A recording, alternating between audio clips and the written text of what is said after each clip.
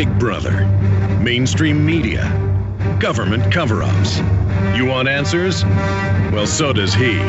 He's Alex Jones on the GCN Radio Network. And now, live from Austin, Texas, Alex Jones.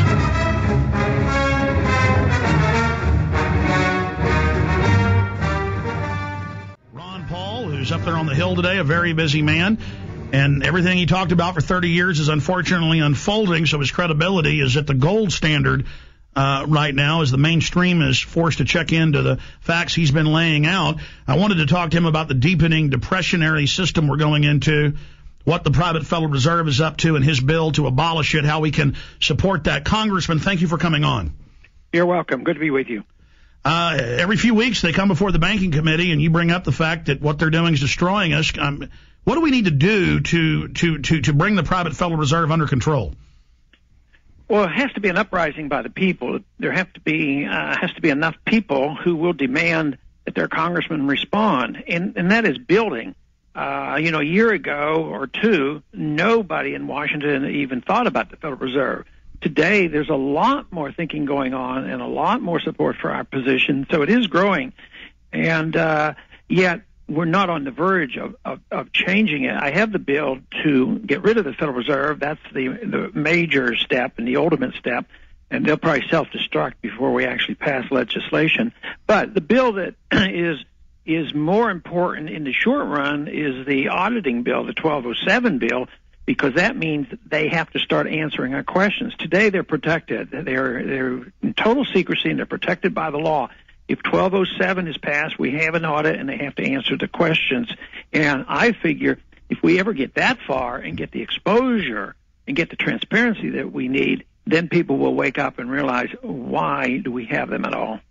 Senator Sanders grilled them, as you know, last week, saying that he's supporting 1207 or a version in the Senate because Bernanke, private Fed chief, just said, I'm not going to tell you where the money went, buddy. I mean, that's amazing to see our elected Congress, the most powerful branch of government, according to the founders, being told, kiss off. Right. And I know Sanders real well. He was on the Banking Committee with me before he went into the Senate, and I called him after that. And I believe he has now introduced my version of the transparency bill, and I've introduced his version. So both bills exist. Mine's a little bit more conclusive, and it removes the total authority for them to not answer questions. His is specifically designed to answer certain questions and reveal where the $1 trillion went. They're very similar, but somewhat different in nature. So we both support each other's bill, and they've been introduced in both chambers. Well, public support for this, and the Congress itself, the majority are saying they're angry to not know where the money is, and Bloomberg sued to find out and has been told no on their FOIA. I mean, if this gets media attention, I can see no way that Congress wouldn't vote for a proper audit of the private Federal Reserve. No, they're going to if we can get it that far. And, it's a good issue. So, like so many of our issues, we bring different factions together, liberal and conservative, under the Constitution. Because if you're a good, honest liberal like Bernie Sanders, he's an honest person, but he's very, very liberal and calls himself a socialist. But he agrees on the transparency issues. So this whole idea that we expose them should bring populists, libertarians, constitutionals, liberals, socialists all together and say, if we can't do this, what's left of representative government? There's nothing left. So it's a good unifier. I think it's a great issue. Bloomberg reports $9.7 trillion has disappeared in one form or another just out of the U.S., another $10 trillion globally. And now Larry Summers is saying they want more money, they want more unlimited cash. That's what they're doing. They keep coming back, and what's the argument you hear up here? You hear this argument, which I know there's some disagreement even in our circles, this whole idea of earmarks. They're dealing with these 1% of earmarks. If you vote against them all, you don't cut one penny of spending. And they're talking about that endlessly. They're holding up the bill in the Congress over this so-called issue. At the same time, this number that you mentioned, the $9.7 trillion, we need to earmark every penny there. Stay there, Congressman, stay there. Okay, Congressman, had to take a hard break there for the satellites because it's syndicated. Sorry about interrupting you. You were getting into the $9.7 trillion. that's disappeared into a black hole, not $700 billion, which they said was just a really big number they picked, and then you got cut off by the break. Go ahead. Yeah, I was talking about the need to monitor everything that we do and the transparency. And too often people concentrate on a non-issue, which is 1% of the budget called earmarks. And even if you eliminated them, it wouldn't eliminate one penny. The real earmarks need to be done, like, say, TARP funds. We gave the Treasury $350 billion and then another $350, and there are no instructions, no earmarks. The Congress needs to have more responsibility, more earmarks. Of course, all the spending should be voted down, but when they do spend, we ought to know where it's going. But the the largest amount, of course, is the Federal Reserve. They're totally off budget. They're like a government unto itself. They can create trillions. It's probably $8 or $9, $10 trillion that they've been involved in, and they have no legal responsibility to answer any of our questions. And that, of course, is what Bernie Sanders and I have been working on, he in the Senate and me over in the House, to try to get legislation passed. And I think you've indicated that it ought to be a very popular thing to bring all these factions together and support our position. I can't imagine any American saying, well, yeah, create $400 or $500 billion or a couple trillion, and you have no responsibility. I think it should bring everybody together on this issue. And is that H.R. 207? 1207. Okay, H.R. 1207. Right. I didn't have the bill in front of me. And then I should have the Senate bill number, but somebody could find that rather easily because we want to help Sanders get support for his bill as well. Absolutely. In fact, I'll Google that and give that out after you leave us.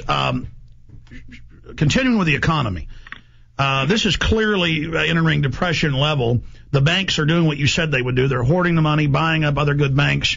CBS reported $250 billion of bailout money has gone to the Caymans alone, the biggest names out there. Bernard Madoff is keeping his $60 million penthouse and mailing gold and diamonds out of the country to his family that's run to South America. He's the founder of the NASDAQ. It turns out all these other big banks are involved in similar Ponzi schemes. Shouldn't we be having criminal investigations of these people instead of the very same banksters now telling us we're going to have a new bank of the world that we pay carbon taxes to? Yeah, we should have minimal government, but even in a minimalist government, your government is supposed to deal with theft and physical harm and fraud, and that's what's going on, and that's what they ignore or protect. They're supposed to protect contracts, but they are interfering with contracts all the time and trying to tell people exactly what mortgage rates should be and interest rates should be and price fixing and all these things.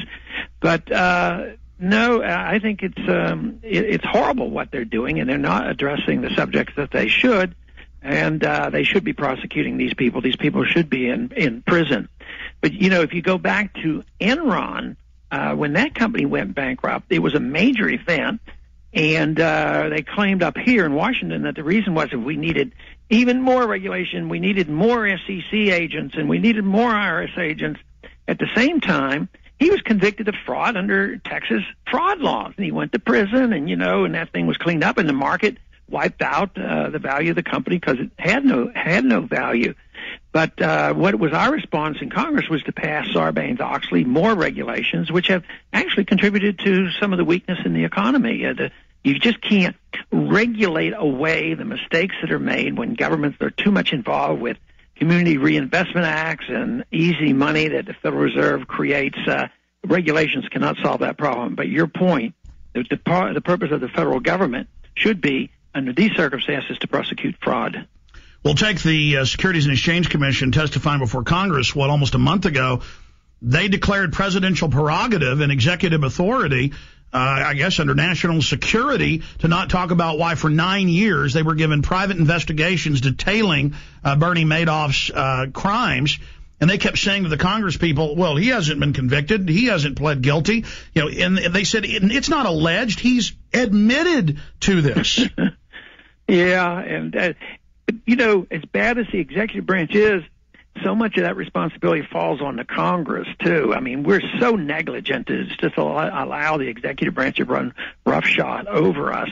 But if we had some people in the Congress that would have a little bit of courage, they could deal with this and handle it. But no, if they said national security interests, whether it has to do with torture and secret prisons and prison camps and all those kind of things. Oh, national security. We can't interfere with that. So therefore, the Congress says nothing.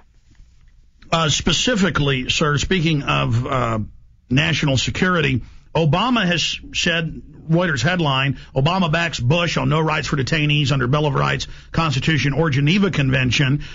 He's increasing the troops in Afghanistan. He's saying he's going to keep troops indefinitely, at least 50,000 in Iraq. Going back on that promise, he's declaring a lot of executive privilege that he criticized under Bush, and he's expanding the NORTHCOM 20,000 troops to patrol America. He's creating this quasi-governmental USAService.org. I mean, can you comment on those points of Obama? And many people are saying it looks like he may be worse than Bush on liberties.